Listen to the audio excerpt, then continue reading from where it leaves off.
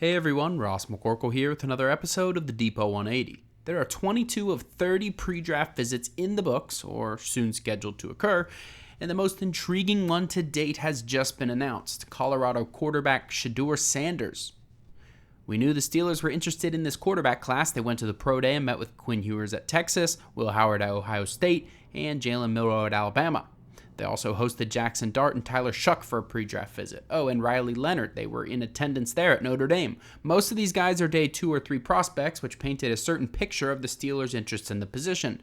But now they are hosting the number 2 quarterback prospect in the draft by most people's calculation. If you ask Mel Kiper, he's the number 1 prospect, even over Cam Ward. He had his Colorado NFL showcase last week, and the Steelers didn't appear to be there other than area scout. Despite some of the national media talking about Sanders and Pittsburgh recently, it seemed like that idea was dead in the water. Now you really have to consider the possibility. Adam Schefter and other national insiders have been talking about Cam Ward at number 1, and then Travis Hunter and Abdul Carter at 2 and 3.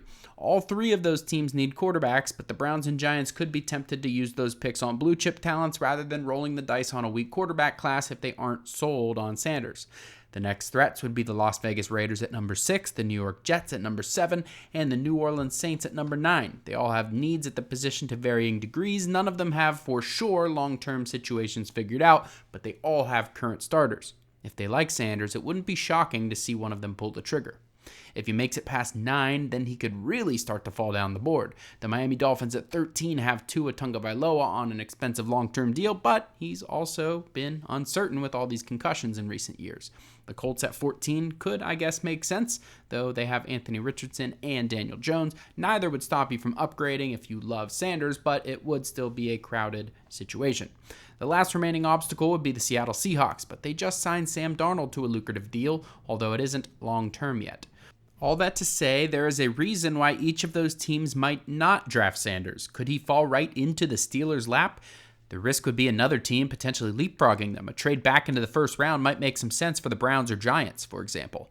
The Steelers can't trade their compensatory picks in 2026 until next year, but just knowing that they have them coming could be enough to get comfortable to trade away some 2026 value to move up a couple of spots if Sanders falls within range.